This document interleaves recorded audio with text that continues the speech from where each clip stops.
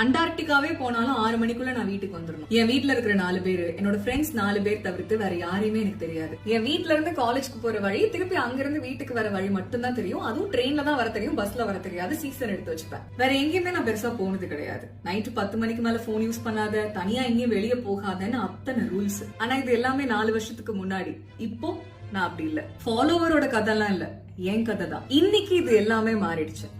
திருத்தம் நான் மாத்திருக்கேன். இந்த டைம்குள்ள வீட்டுல இருந்தே ஆகணும்ன்ற ரூல் இன்னைக்கு என் வீட்டுல இல்ல. அன்னைக்கு என் லைஃப்ல நான் என்னென்ன பண்ணணும், இப்படிதான் இருக்கணும்ன்ற மாதிரி நிறைய ஒப்பீனியன்ஸ் வீட்டுல வச்சாங்க. ஆனா இன்னைக்கு வீட்டுல ஒரு பெரிய டெசிஷன் எடுக்கும் போது என்கிட்ட ஒரு ஒப்பீனியன் கேட்டு அதுக்கப்புறமா டிசைட் பண்ற மாதிரி இருக்கு. முகம் தெரியாத எத்தனையோ பேர்கிட்ட என் ஷோ மூலமா நான் பேசிருக்கேன். அது போக ஒரு இடத்துக்கு நான் போறேன், அங்க யாரையுமே எனக்கு தெரியலனாலும் என்னால ஈஸியா அவங்க கூட பீப்புள் கூட கனெக்ட் பண்ணிக்க முடியும். இதெல்லாம் ஒரு மேட்டரா அப்படின்னு யோசிக்கலாம். ஆனா 4 இயர்ஸ்க்கு முன்னாடி இருந்த பவானிக்கு இது பெரிய விஷயம். ஓவர் நைட்ல இது நடக்கல. என் வீட்டுல ரொம்ப ஸ்ட்ரிக்ட்பா. என் அம்மா அப்பா நான் என்ன சொன்னாலும் மதிக்க மாட்டாங்க, கேட்க மாட்டாங்க, புரிஞ்சுக்க மாட்டாங்கன்னு அவ்வளவு மெசேஜஸ். ஒரு உண்மையை சொல்லட்டா, அவங்க நம்மள வளர்க்கறதுலாம் ஒரு பாயிண்ட் வரைக்கும் தான். அதுக்கப்புறம் நாம தான் அவங்கள வளர்த்தணும். கொஞ்சம் கொஞ்சமா தான் டியூன் பண்ண முடியும். என் வீட்டுல எல்லாம் பேச்சே இருக்காது தெரியுமா, ஒரே லுக் தான். பவி அப்படியே ஆஃப் ஆயிருவேன். ஆனா எனக்கு பிடிச்ச விஷயம், எனக்கு கண்டிப்பா அதை ட்ரை பண்ணி ஆகணும்னு இருக்கும்போது என் வீடு இப்படித்தானே ஐ டென்ட் ஸ்டெப் பேக். எனக்காக நான் நின்றுருக்கேன். நீ என்ன தெரியுமா பண்ற, அவங்க ஸ்ட்ரிக்ட்னு சொல்லி நீயே ஒரு வட்டத்துக்குள்ள உட்காந்துக்கிற.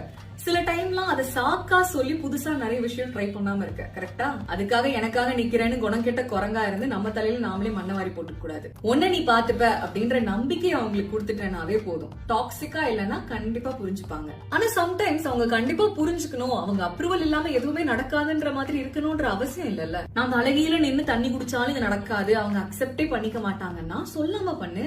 Disappoint your parents.